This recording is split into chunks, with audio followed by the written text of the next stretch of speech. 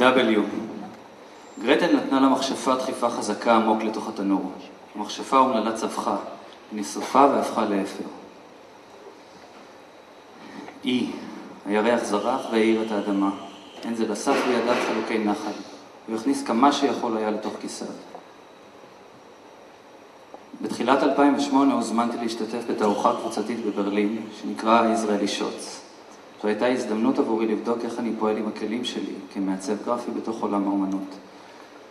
אני מציג פה 3 סדרות פוסטרים שעשיתי בשנה האחרונה בעקבות אותה התערוכה.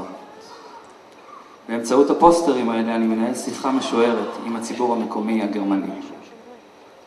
לקחתי את האגדה של הנזל וגרטל, עמי ותמי, וציירתי אותה לתוך האלף בית הלטיני, מהאות A ועד האות Z. סצנה אחרי סצנה עוקבת ומתארת את השתלשלות הסיפור. ככה בעצם נוצר פונט חדש, סוג אות אחר שאיתו כתבתי משפטים.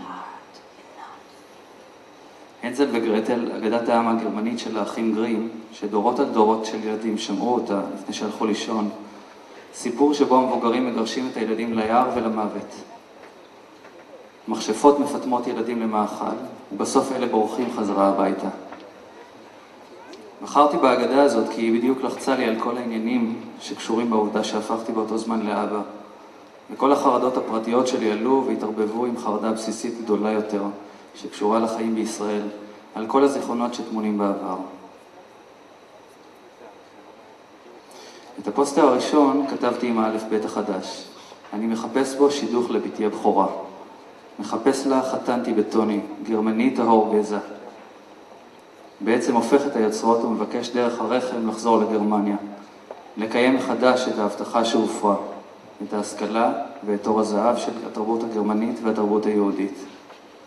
במחשבה כמעט בלתי אפשרית למצוא את הביטחון חזרה במקום ההוא.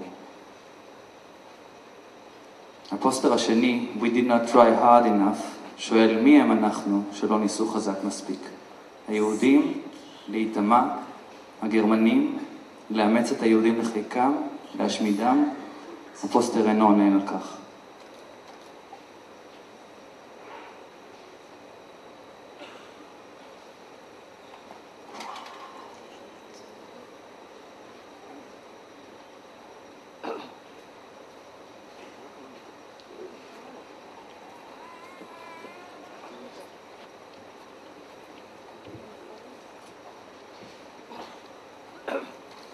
את הסדרה הבאה הצגתי חזרה בתל אביב.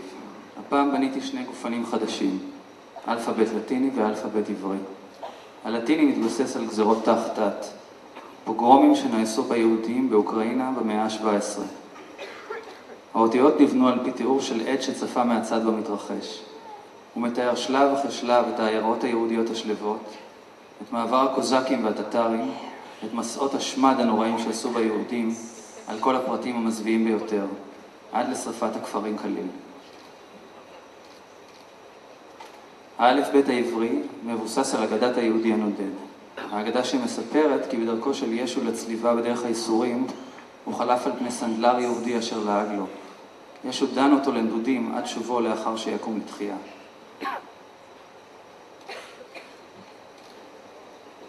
הדימוי של היהודי המזוקן, ההולך עם המקל, מוכפף גרפית לכל אחת מ-22 האותיות.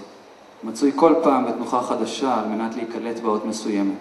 תפוס לתמיד באלפאבית העברי.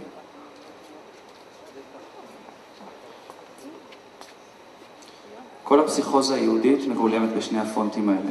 מצד אחד כל הפחדים הקאמיים, השפטים שיעשו בנו הגויים, ומצד שני הכללה הנצחית של נידונים להיות בתנועה כל הזמן, ללא מולדת מגינה וללא היכולת להרגיש בבית. הטקסטים שנכתבים באלף ביתים האלה מנסים לתת סוג של תשובה או דרך התמודדות עם ההפרעה הזאת. הם מציגים צדדים שונים של גבורה גברית.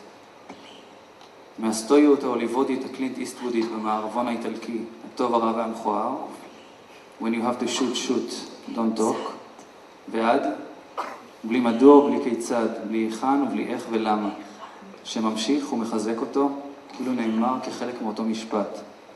באותה נשימה, אבל שייך לסיפור גבורה אחר לגמרי. סיפור גבורה זר ומוזר, זה של אליפלת של נתן אלתרמן.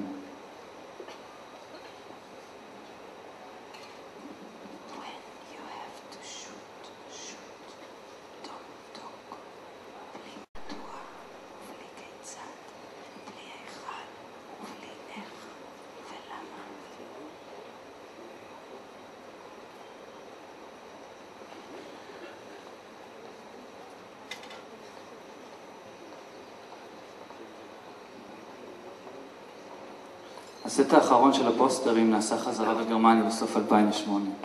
זוג תחריטים שמתוכם אני מציג כאן אחד בלבד. הלוך ושוב על הציר גרמניה-ישראל, מצאתי את עצמי שוב עסוק בחרדה ובמתח בין פסיביות לפעולה.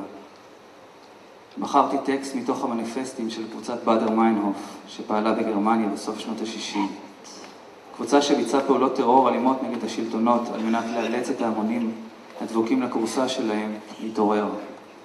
אל מול הסיטואציה שלי, שבה גם אני אשוב ספון בסדנת הדפס, מצייר ומתרגל פסיביות מודעת, העמדתי שני נרטיבים שבהם הגיבורים מיישמים קיצוניות אקטיבית משלהם מול המציאות. באלף בית הלועזי מחפש קפטן אחאב את הלווייתן הגדול, את מובי דיק. מחפש אותו באובססיביות על מנת לנקום בו, להתאחד איתו ולמות במצולות ים עמו. באלפבית העברי שאינו מוצג כאן, יונה הנביא, כבר במעמקי הדג, עמוק במצולות, מסתתר מהאל שדרש אותו לקום ולפעול. בורח מהחיים אל המוות. Let the pants shitters lie יכולה להיות הצעקה האחרונה של אחאב בשעה שהוא נועץ את הצלצל במובי דיק ויורד איתו לים.